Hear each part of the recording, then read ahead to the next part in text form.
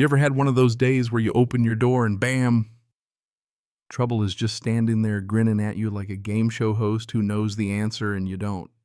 That was me that sunny Saturday when Karen from the HOA knocked all pearls in a smile slick enough to make you check your wallet.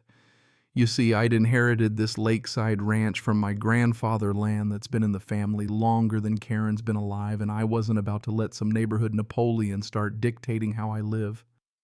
Not on my own dirt. Karen starts in with that voice, sickly sweet. I'm here to invite you to our exclusive lake association, like she's selling tickets to the Oscars. Exclusive, huh? I shoot back, keeping my face neutral, even as my patience is circling the drain. She steps closer, breath reeking of control and entitlement, and rattles off a laundry list of privileges, access to a pool, discounts at local shops, the honor of being part of her inner circle. I almost laughed. HOA perks, in my experience, are just a velvet rope for control freaks who want to play God with your mailbox. I tell her flat out, not interested, and her eyes flicker, just for a second. That's when she leans in, voice dropping low, real snake-like. Some people don't like to follow the rules, but if you refuse to join, we will have to enforce our regulations. You don't want issues with the community, threats dressed up as neighborly advice. That's classic Karen. But here's the thing, she picked the wrong guy. I'd run my own business, paid my dues, handled way tougher customers than her, and I sure wasn't about to be pushed around by a part-time president. Before I can say more, she shoves a sign-up form in my face. I hand it right back and shut the door, not slamming, but firm enough she knows the conversation's over. Still, that uneasy feeling sticks like a splinter you can't dig out. Not a day passes before the first official HOA letter shows up. Fancy paper legal-sounding nonsense about violations, failure to maintain borders, unsanctioned construction, and the kicker, non-compliance with HOA membership. In bold. Like they'd caught me robbing a bank, not just minding my own land. On the outside, I'm laughing.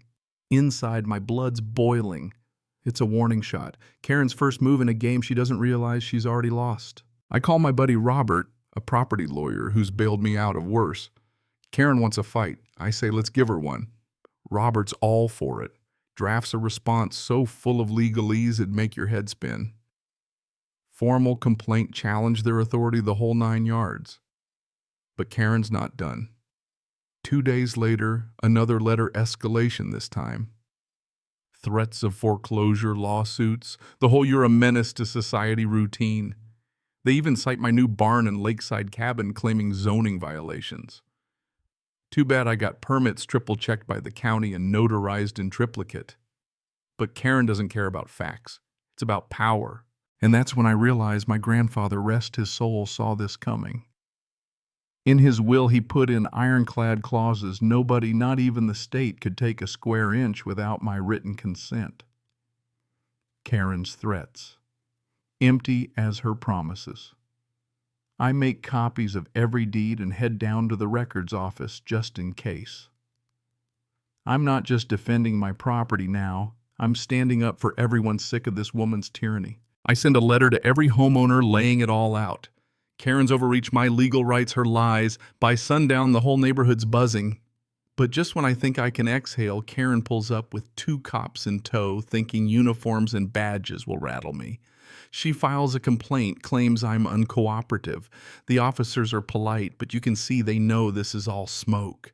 I hand them the documents. Their faces go from skeptical to sheepish.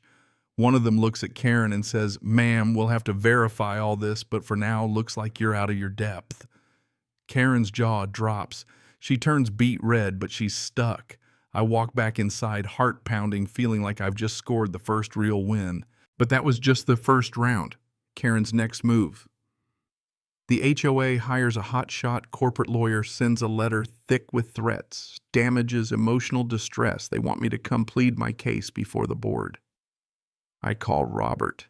He's calm as ever. Countersue them, he says, and bring receipts. So I gather everything, deeds, photos, every snotty letter Karen ever sent, and get ready. Here's where the story takes a twist. As I'm talking to other homeowners trying to rally support, I realize most folks didn't even know what Karen's been up to. Their shocked offers start rolling in. We'll back you up at the meeting. We'll stand with you. The day of the big HOA showdown comes, and the room is packed. Karen at the head of the table looking pale for once, her lawyer sweating bullets. I lay out the evidence, legal protections, the threats, her harassment.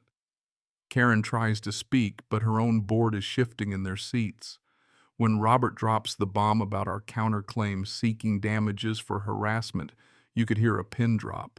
We win that round, but Karen's got one more dirty trick up her sleeve, a restraining order. Claims I threatened the board at the community meeting.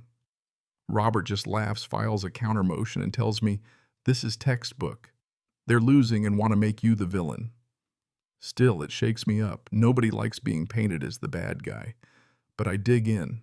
Karen tries to turn the whole neighborhood against me with a public forum thinly veiled as property rights and safety. I go anyway, make my case, stand up in front of everyone and say, "This isn't about me, it's about all of us. Are we going to let one person run this place into the ground?" The room goes silent. Then people start nodding. Karen's mask cracks. She's lost the crowd. But she's desperate now. Next letter, a lawsuit, $500,000 for damaging property values and peace. It's a shakedown, plain and simple. Robert just says, "Time to go on offense." I start buying up lakefront properties from other HOA members. Some take the cash, some just want out. With every deal, Karen's control slips. Then I get the crazy idea, why not flip the whole thing? I partner with a developer friend, luxury cabins, a restaurant, a marina. The neighborhood transforms. Karen's fuming. She tries to get in my face, claims I stole her community. I look her dead in the eye and tell her this was never yours to begin with. She tries one more time, a bogus injunction to halt construction claiming environmental damage. We countersue, the community backs me, the judge laughs her out of court. But she's not done. She challenges my grandfather's will, says I'm not the rightful heir. That one almost gets to me. But Robert and I come prepared. Witnesses' documents airtight. The judge throws her case out and Karen finally breaks. But even then, she won't quit. There's vandalism at the construction site, equipment sabotage, delays that cost money and sleep. The cops investigate. Turns out one of Karen's old HOA contractors is behind it, caught red-handed.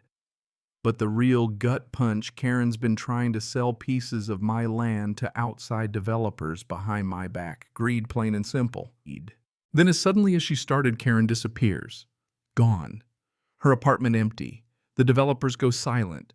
Turns out the people she brought in weren't just businessmen. They had connections deeper and darker than any HOA spat. Organized crime, money laundering, the whole works. I bring the evidence to the police, and with the help of a terrified whistleblower, we expose the whole racket. Final showdown. One of the syndicate's enforcers tries to buy me out. Tells me I'm in over my head. I stand my ground. Tell him, "You're not the first to threaten me, and you won't be the last."